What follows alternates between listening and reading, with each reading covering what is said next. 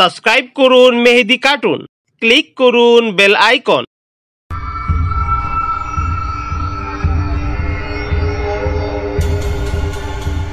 এক জঙ্গলে বাঘ, ডাইনোসর, গর্জিলা, শিয়াল সহ নানান রকমের পশু পাখি বাস করত। কিন্তু ওই জঙ্গলের বাঘ আর শিয়ালের মধ্যে ছিল গভীর ভাব। শিয়াল বাঘকে মামা বলে ডাকতো। একদিন শিয়াল তার বাঘ মামাকে তার গুহায় নিমন্ত্রণ করেছে। বাঘ মামা, আজ কদিন ধরে তোমার জন্য বন থেকে নানা ধরনের পশু পাখি শিকার করে এনেছি। এখন এক পাশ থেকে এগুলো খাওয়া শুরু করো আর আমাকে বলো কোনটার স্বাদ কেমন। ভাগ্নে, তুই যা করিস না, এরকম পশু পাখি তো আমি রোজই খাই। তুই আবার এত কষ্ট করতে গেলি কেন? কি যে বলো না বাঘ মামা, এই তুমি আছো বলেই তো আমি এ জঙ্গলে বুক ফুলিয়ে চলতে পারি। তা না হলে বনের গর্জিলা, ডাইনোসররা সে কবেই আমাকে খেয়ে ফেলতো। তুমি আমার এত উপকার করো, আর তোমার জন্য আমি এতটুকু কষ্ট করতে পারবো না? ভাগ্নে শিয়াল, তুই তো দেখছি আগের চেয়ে অনেক বুদ্ধিমান হয়ে গেছিস। কেমন বড়দের মতো কথা বলতে শিখেছিস। আচ্ছা ঠিক আছে, আমি এক পাশ থেকে খাওয়া শুরু করি, আর একটা করে খাবো, তোকে জানাবো কোনটার স্বাদ কেমন হয়েছে। বাঘ মামা, এক কাজ করো, আগে এই হরিণটা দিয়েই শুরু করো। তুমি তো হরিণের মাংস খুব পছন্দ করো, তাই অনেক কষ্ট করে এই হরিণটাকে শিকার করে এনেছি। ঠিক আছে ভাগ্নে শিয়াল, তুই যখন এত করেই বলছিস, আমি আগে হরিণটাকেই খাবো। আর তুই বসে আছিস কেন? আমার সাথে তুইও খাওয়া শুরু কর। এই বলে বাঘ আর শিয়াল মিলে শিকারগুলো এক এক করে খাওয়া শুরু করে দিল।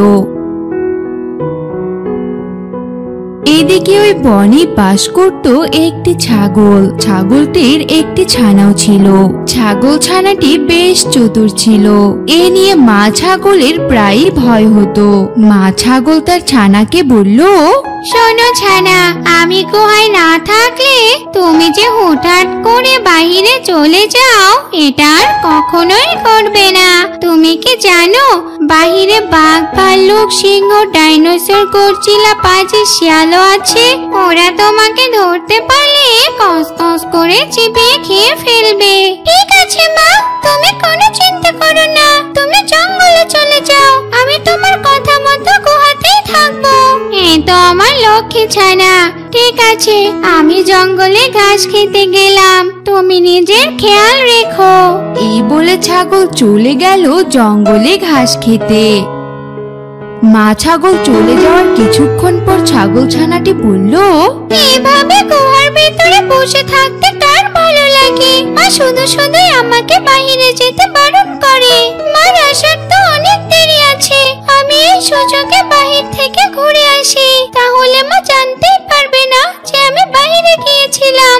যেমন ভাবা তেমন কাজ। এই বলে চতুর ছাগল ছানাটি বাহিরে চলে গেল।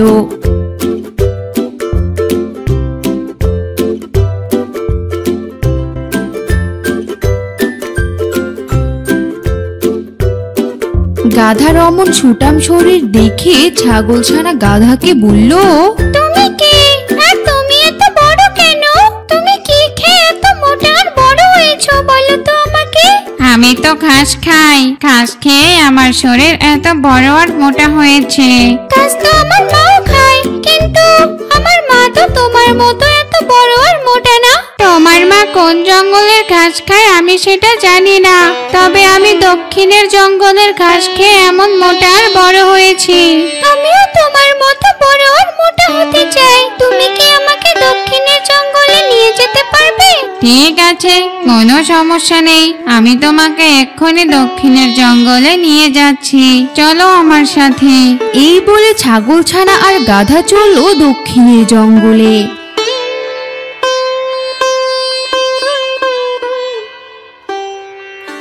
এই যে দেখতে পাচ্ছ কচি কচি নরম নরম ঘাস, এই ঘাসগুলো খেয়ে আমি এমন মোটা আর বড় হয়েছি।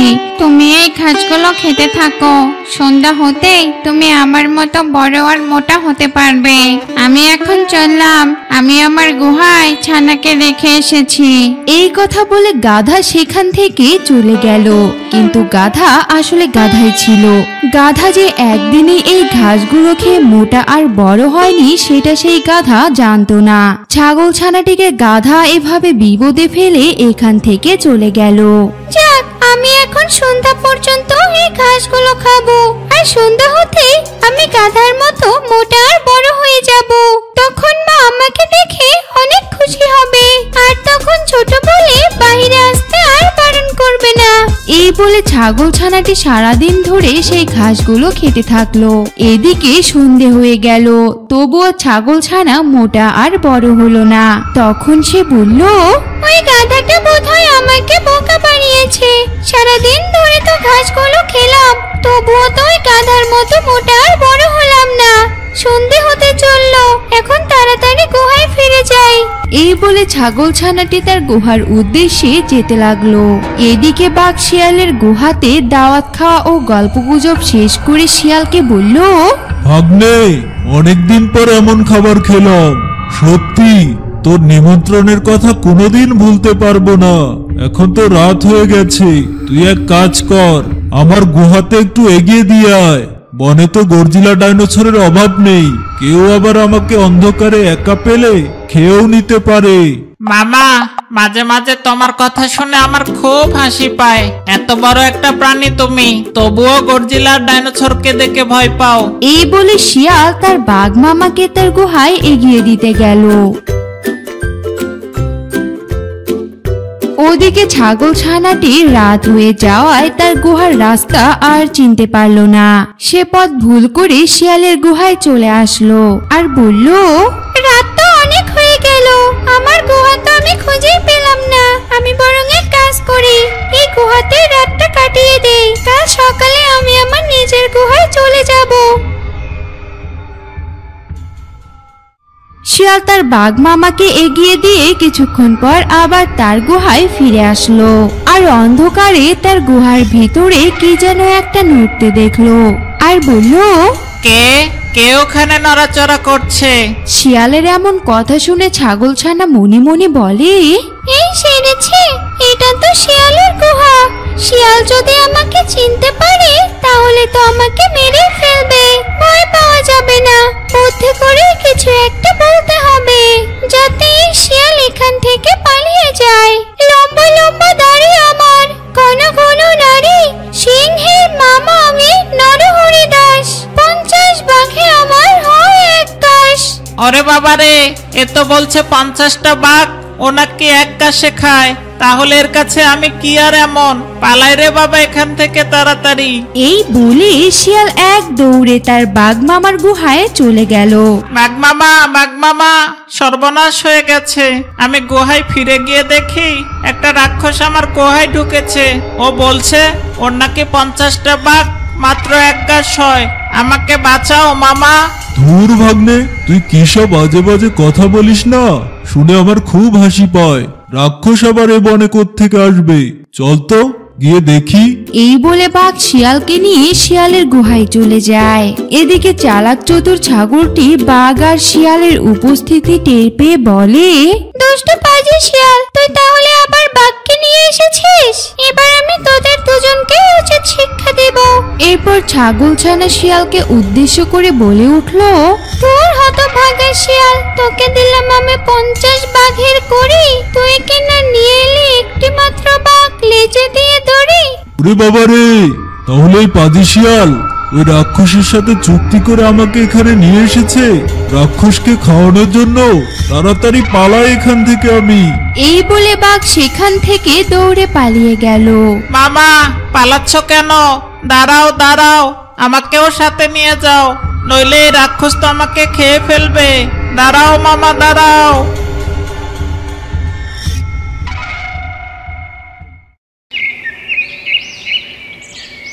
পরদিন সকাল হতে ছাগল ছানাটি সেই গুহা থেকে বেরিয়ে তার মায়ের কাছে ফিরে গেল আর তার মাকে সমস্ত কথা খুলে বলল। সব শুনে তার মা বলল, তোমাকে আমি আগেই বলেছিলাম তুমি এই গুহার বাইরে কোথাও যেও না। এখন দেখেছো আজ তুমি কত বড় বিপদের হাত থেকে বেঁচে এসেছো। ঠিক আছে মা, আজ থেকে আমি তোমার সব কথা শুনবো আর তোমার অনুমতি ছাড়া কোথাও যাব না। এরপর মা ছাগল তার ছানাকে নিয়ে সুখে শান্তিতে দিন কাটাতে থাকে।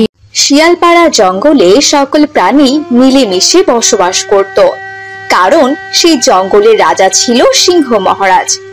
সিংহ মহারাজ ছিল একদমই কড়া টাইপের রাজা। সে জঙ্গলে কোনো বিশৃঙ্খলা হতেই দিত না।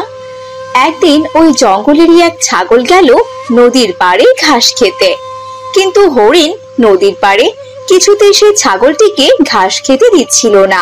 এই ম্যা, তুই কি না এত বড় সাহস, তুই আমার জায়গাতে ঘাস খেতে এসেছিস? তুই কি জানিস না এই নদীর তীরটা পুরোটাই আমার দখলে? কি বললি তুই? এই নদীর তীর তোর দখলে? তোর কাছে কি কোনো দলিল আছে? দলিল থাকবে কেন? হ্যাঁ, আমি মুখে বলছি, এতে কি তোর হচ্ছে না?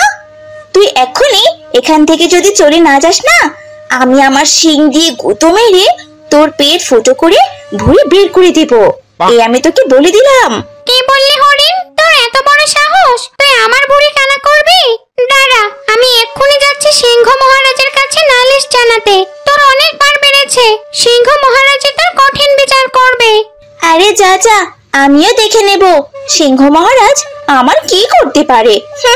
এরপর ছাগলটি সরাসরি চলে গেল সিংহ মহারাজের কাছে বিচার দিতে। কি বললি ছাগল? ওই হরিণের এত বড় সাহস? এই টুনি, তুই এক্ষুনি গিয়ে ওই হরিণকে ডেকে নিয়ে আয়, আজ আমি ওর কঠিন বিচার করব। এরপর সিংহ মহারাজের দূত টুনি পাখি গেল হরিণকে রাখতে। কিছুক্ষণ পর টুনি হরিণকে নিয়ে ফিরে এলো। এই হরিণ, তোর তো দেখছি বহুতবার বেড়েছে। তুই কি বলেছিস আমি নাকি তোর কিচ্ছু করতে পারবো না? তুই জানিস না আমি এই জঙ্গলে কোনো বিশৃঙ্খলা চাই না। আমার প্রজারা যাতে সুখে থাকে সবসময় আমি সে চেষ্টাই করে যাচ্ছি। আর তুই কিনা বিশৃঙ্খলা করতে ছাগলকে নদীর কিনারায় ঘাস খেতে দেসনি। আসলে মহারাজ, ওই নদীটায় আমি রোজ রোজ ঘাস খাই, আর আজ ছাগল গিয়ে সেখানে ঘাস খেতে শুরু করেছে। আমি যেখানে রোজ রোজ ঘাস খাই, এই ছাগল সেখানে কেন ঘাস খেতে যাবে? হ্যাঁ, প্রসাব পায়খানা করে ও তো ওই জায়গাটা নষ্ট করে ফেলবে। এজন্যই তো ওকে আমি একদম ঘাস খেতে দেইনি। তুই ছাগলকে ঘাস খেতে না দিয়ে খুব বড় অন্যায় করেছিস। এই জঙ্গল তো কারো বাপের না, এমনকি আমারও না। যার যেখানে মন চাইবে সে সেখানে ঘাস খাবে। তুই মানা করে অনেক বড় অন্যায় করে ফেলেছিস। আজ তোকে আমি মাফ করে দিলাম, কিন্তু ফের যদি এমন নালিশ শুনি তাহলে সেদিন তোকে চাবুক দিয়ে মেরে তোর পিঠের চামড়া তুলে নিব। যা ছাগল যা, আজকের পর থেকে তোর যখন মন চাইবে তুই নদীর তীরে ঘাস খেতে যাবি, ও আর মানা করবে না। আচ্ছা ঠিক আছে মহারাজ। এরপর হরিণ আর ছাগল সেখান থেকে চলে গেল। এদিকে ওই জঙ্গলে বাস করত এক হাসি। হাসির একটি মেয়ে ছিল, কিন্তু হাসি তার মেয়েকে কখনোই জঙ্গলের ভেতরে যেতে দিত না। একদিন হাসির মেয়ে চুরি করে বাসা থেকে পালিয়ে গেল জঙ্গলে। মামাকে কোনোদিনই গুহার বাইরে আসতেই দিতে চায় না, বলে কি এক দুষ্ট পাজি শিয়াল আছে, ওনাকে আমাকে খেয়ে নিবে। আসো ওই দুষ্ট পাজি শিয়াল, আমি ওকে ঘুষি মেরে ওর নাক ফাটিয়ে দেব। এদিকে ওই জঙ্গলেরই দুষ্টু পাজি শিয়ালটা ঝোপের আড়াল থেকে হাসির ছানার কথা লুকিয়ে লুকিয়ে শুনছিল। ওরে বাবা রে, কি ডেঞ্জারাস মেয়ে রে বাবা, ওনাকে আমার ঘুষি মেরে নাক ফাটিয়ে দিবে। ওই মেয়ে কি আমাকে চিনে? আমি যে শিয়াল পণ্ডিত সেটা মনে হয় ও জানেই না। ওর মা তো অনেকদিন ওকে গুহার বাইরে পাঠায়নি, এজন্য মনে হয় ও আমাকেও চেনে না। ভালোই হলো, এই সুযোগে ওকে বোকা বানিয়ে খেতে পারবো। এরপর দুষ্ট শিয়াল ঝোপের আড়াল থেকে লাফ দিয়ে এসে হাসির ছানার সামনে দাঁড়িয়ে পড়লো। কি ব্যাপার ছোট্ট ছানা, তুমি এভাবে কান্না করছো কেন? কোথায় যাবে তুমি? বলো বলো আমাকে। আমার মা বলে এই জঙ্গলে নাকি একটা দুষ্ট পাজি শিয়াল আছে, আমি বাইরে এলে নাকি ওই দুষ্ট পাজি শিয়াল আমাকে খেয়ে ফেলবে। তাই আমার মা আমাকে বাইরে আসতেই দিতে চায় না। তাই তাই আজ আমি আমার গুহা থেকে পালিয়ে এসেছি পুরো জঙ্গলটা ঘুরে দেখবো বলে। কোথায় সেই দুষ্ট পাজি শিয়াল? আসুক আমার সামনে। আমার সামনে আসলে আমি এক খুশি দিয়ে ওর নাক ফাটিয়ে দেব। তোমার মা তোমাকে একদম মিথ্যা কথা বলেছে। এই জঙ্গলে কোনো শিয়াল টিয়াল নেই। তোমার মা হয়তো বা তোমাকে জঙ্গল ঘুরিয়ে দেখানোর সময়ই পায় না। আচ্ছা আচ্ছা ঠিক আছে, এক কাজ করো, তুমি আমার সাথে চলো।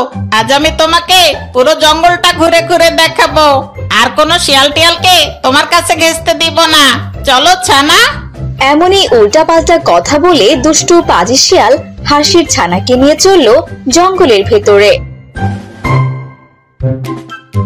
গভীর জঙ্গলের ভেতরে ছিল ওই দুষ্টু পাজি শিয়ালের গুহা। শিয়াল তার গুহায় নিয়ে হাসির ছানাকে বলল, তুই নাকি ওই দুষ্ট পাজি শিয়ালকে দেখিসনি? ভালো করে দেখে নে। আমি হচ্ছি সেই দুষ্ট পাজি শিয়াল যার ভয়ে তোর মা তোকে বাইরে আসতে দিতে চাচ্ছিল না। দেখলি কেমন চালাকি করে তোকে আমি আমার গুহায় নিয়ে এলাম। এখন আমি তোকে কচমাচ করে চিবিয়ে খাবো। কি বললে তুমি? তুমি সেই দুষ্ট পাজি শিয়াল? মাটা হলে ঠিকই বলতো। তুমি আমাকে বুঝুং বাজুং বুঝিয়ে এখানে নিয়ে এসেছো। তুমি আমাকে কিছুতেই খেতে পারবে না। এই আমি পালাচ্ছি। এই বলে হাসির ছানা দিল দৌড়। দুষ্ট শিয়ালও হাসির ছানার পেছন পেছন দৌড়াতে লাগলো। দৌড়াতে দৌড়াতে দুষ্টু পাজি শিয়াল খপ করে হাসির ছানাকে খেয়ে ফেললো। আহ কি যে মজা! কচি হাঁসের ছানার মাংস কি যে মজা লাগলো! কতদিন খাইনি। যাই এখন গুহায় গিয়ে চম্পেশ একটা ঘুম দেই। এই বলে পাজি শিয়াল তার গুহায় চলে গেল। আর এইদিকে গাছের ডাল থেকে দুষ্টু পাজি শিয়ালের কাণ্ড কারখানা সিংহ মহারাজের দূত টুনি পাখি দেখে ফেলল। টুনি আর এক মুহূর্ত দেরি না করে চলে গেল হাসির কাছে। টুনির এমন কথা শুনে হাসি কান্না করতে লাগলো। হাসি আর দেরি না করে চলে গেল সিংহ মহারাজের কাছে। এদিকে টুনি গেল শিয়ালকে ডাকতে। এই দুষ্ট পাজি শিয়াল, তোর এত বড় সাহস! তুই ওই হাঁসের ছানাকে খেয়ে ফেলেছিস। তুই জানিস না আমার এই রাজ্যে কোনো ছোট বাচ্চাকে খাওয়া নিষেধ? মহারাজ, কদিন থেকে আমি খুবই ক্ষুধার্ত ছিলাম। এজন্যই ওই হাতছানাকে দেখে আমি লোভ সামলাতে পারিনি, তাই খেয়ে নিয়েছি। আমাকে আপনি মাফ করে দেন মহারাজ। এমন কাজ আমি আর কখনো করব না। মাফ করে দেন মহারাজ। তোর কোনো মাপ নেই। তুই যে অন্যায় করেছিস তার কোনো ক্ষমা হয় না। তোকে যে শাস্তি পেতেই হবে। এরপর সিংহ মহারাজ পাজি দুষ্ট শিয়ালের লেজ কাটে আর এই বন থেকে চিরদিনের জন্য তাকে তাড়িয়ে দিল। For more updates, subscribe to our channel, click the show links and enjoy watching the videos.